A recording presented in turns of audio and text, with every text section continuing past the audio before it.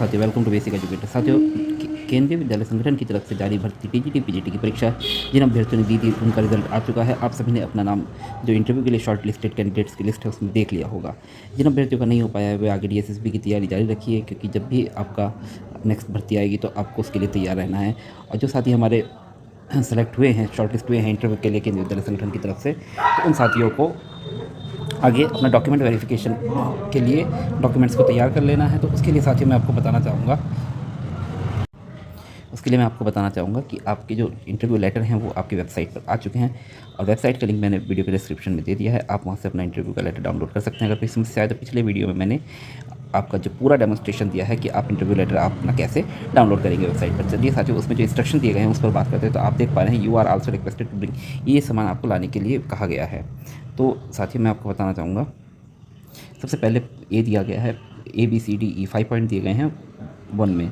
तो उसमें क्या है, original certificate marksheet starting from class 10 onwards mention in your application in support of your qualification age and administrative experience, यानी कि 10th onwards जो भी आपके क्वालिफिकेशन है, यानी कि 10th हुआ, 12th हुआ, BSc या BA हो गया, मतलब ग्रेजुएशन, PG, B.Ed, CTET, और भी अगर आपने कुछ किया है तो उन सब के आपके डॉक्यूमेंट्स ओरिजिनल। फिर उसके बाद अब ये ध्यान रखना साथियों, आपको जो आपकी ग्रेजुएशन, अक्सर मैंने नवोदय विद्यालय समिति के इंटरव्यू के दौरान भी देखा था कि बहुत सारे साथी हमारे डिग्री भूल जाते हैं। तो आप ध्यान रखना, आपकी ग्रेजुएशन की डिग्री और PG किया हुआ तो PG की डिग्री वो आपके पास होनी चाहिए। अदरवाइज़ आपको अंडरटेकिंग देना होगा, बाद में परेशान होना होगा। तो उससे पहले ही आप अगर अवेलेबल हो तो उसको लेकर जाना है। साथ ही उसके बाद B पॉइंट में दिया गया है 1 set of self attested photocopies of all the certificate marksheet starting from class 10th onwards as per a above. तो 10th ऑनवर्ड्स जो भी आप डॉक्यूमेंट्स लेके जाएंगे ओरिजिनल, उसके आपको 1 सेट सेल्फ अटेस्टेड फोटोकॉपीज़ भी लेके जाना है। एक सेट आपका वहाँ जमा होता है तो मैं आपको राय दूंगा आप 2 सेट लेके जाइए, क्योंकि किसी में आपकी फ़ोटोकॉपी में प्रॉब्लम वगैरह होगी तो आप उस समय कहाँ पर करवाएंगे, तो उससे बढ़िया आप 2 सेट बनाकर लेके जाएँ। C पॉइंट में दिया है caste certificate in original in the prescribed format from district magistrate, deputy commissioner, collector of your district और any authority empowered for the purpose. Caste certificate of OBC issued by the competent authority should be in prescribed pro forma for applying for appointment to the post under the government of India. तो आपका जो भी caste certificate है SC ST OBC EWS जो भी है, तो वो आपका प्रिस्क्राइब्ड फॉर्मेट पर होना चाहिए। और अगर SC ST OBC का सर्टिफिकेट है वो तो गवर्नमेंट ऑफ इंडिया के लिए जो उन सर्टिफिकेट होता है वो वाला होना चाहिए। अभी मैं सर्टिफिकेट का फॉर्मेट भी आपको दिखाऊंगा। बायोडेटा आपको 5 कॉपीज़ में चाहिए, बायोडेटा का भी फॉर्मेट दिखा दूंगा मैं।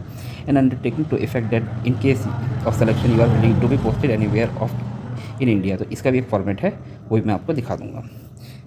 पॉइंट नंबर 2 में क्या है, if any of the particular stated in the application on verification found incomplete और रॉन्ग, मतलब कुल मिलाकर बात यह है कि अगर आपका कोई भी स्टेटमेंट गलत पाया जाता है एप्लीकेशन में तो आपका कैंडिडेचर कैंसिल कर दिया जाएगा। 3 में TADA नहीं दिया जाएगा, SC ST के अनएम्प्लॉयड जो कैंडिडेट है उन्हें TADA दिया जाएगा 2nd क्लास रेलवे का या बस का।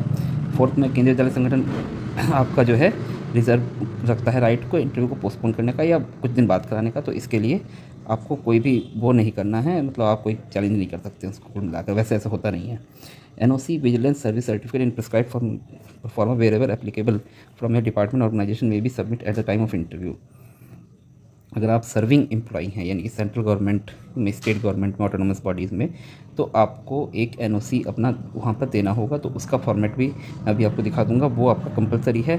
और मैं बता दूं साथियों कि आपको NOC उसी फॉर्मेट पे लेना है, यानी कि हर एक डिपार्टमेंट का अपना फॉर्मेट होता है, वो उसमें NOC देते हैं नहीं, पर तो आपको जो यहाँ पे फॉर्मेट दिया गया उसी पर आपको NOC लेना है। 6 पॉइंट में दिया गया proforma for OBC SC ST EWS PH certificate NOC vigilance certificate service certificate biodata undertaking are available on KBS website on at home page. ये इसके फॉर्मेट के बारे में बताया गया, ये मैं आपको भी दिखा दूंगा। You are requested to report at that venue of 8:30 PM AM पर आपको डॉक्यूमेंट वेरिफिकेशन के लिए वहाँ पर जाना है। तो ये आपको इंस्ट्रक्शन दिए गए हैं इंटरव्यू लेटर में। अब मैं आपको फॉर्मेट्स दिखा देता हूँ साथियों। इस तरीके से आपका ये OBC का सेंट्रल का फॉर्मेट है। यहाँ पर देखा, form of the certificate to be produce by the other backward class applying for the post of for appointment to the post under the government of India. ये आपका OBC का central वाला format है। तो अगर आपने जो कास्ट सर्टिफिकेट बनवाया हुआ है OBC, तो देख लें कि वो इसी फॉर्मेट पर है या नहीं है।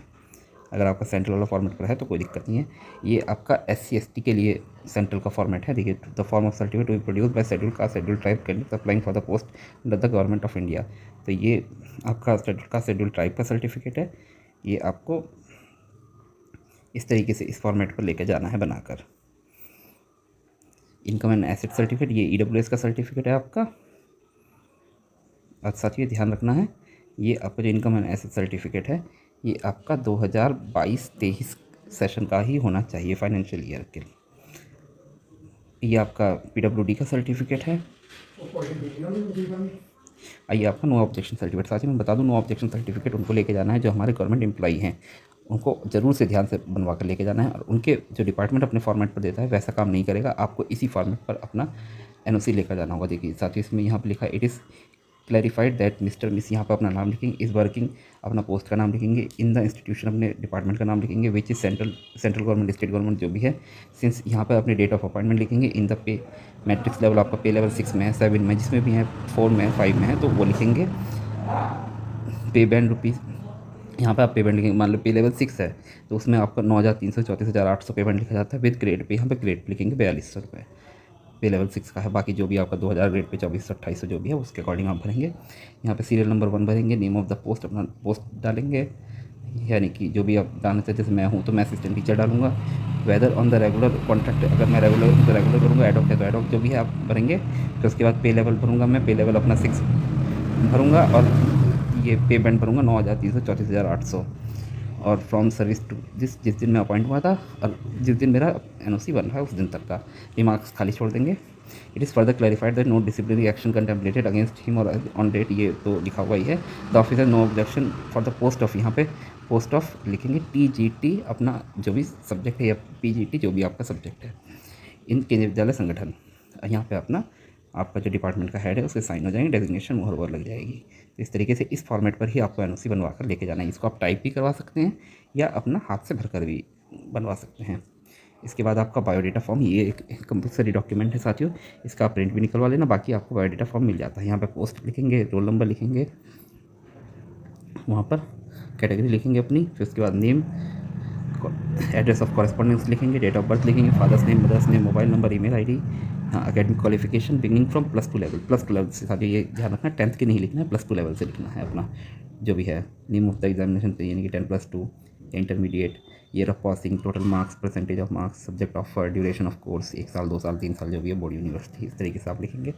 सो एक्सपीरियंस लिखेंगे। यहाँ पर अगर आप वर्तमान में काम करें तो serial number 1, post held assistant teacher, name basic education department, indicate whether ये आपका स्टेट गवर्नमेंट फ्रॉम जिस दिन अपॉइंटमेंट हुआ है जब से तब तक, पीरियड ऑफ एक्सपीरियंस उसमें टाइम लिख देंगे कितने साल से, 5 साल 4 साल, और पे मैट्रिक 7 CPC यानी कि पे लेवल 6 और 9,300 34,800। राइट शॉर्ट नोट या सुटेबिलिटी टू द पोस्ट, यहाँ पे आप अपना लगभग 40 से 50 शब्दों में अपना कि क्यों आप इस पोस्ट के लिए सुटेबल हैं वो लिखेंगे।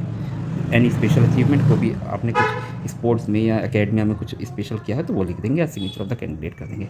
साथ ही एक चीज़ मैं बताना चाहूँगा, ये सभी डॉक्यूमेंट्स आपको लेकर जाना है कि उससे पहले डॉक्यूमेंट अगर आपके नहीं होंगे तो थोड़ा हरासमेंट होने के चांसेस रहते हैं। अदरवाइज़ कोई इशू नहीं होता है। अगर कोई भी डॉक्यूमेंट आपके पास कम है तो आप कुछ नहीं, आपको एक सिंपल सा अंडरटेकिंग लेना होता है कि मैं 10 दिन में, 15 दिन में, 20 दिन में ये डॉक्यूमेंट अवेलेबल करवा दूंगा संगठन को।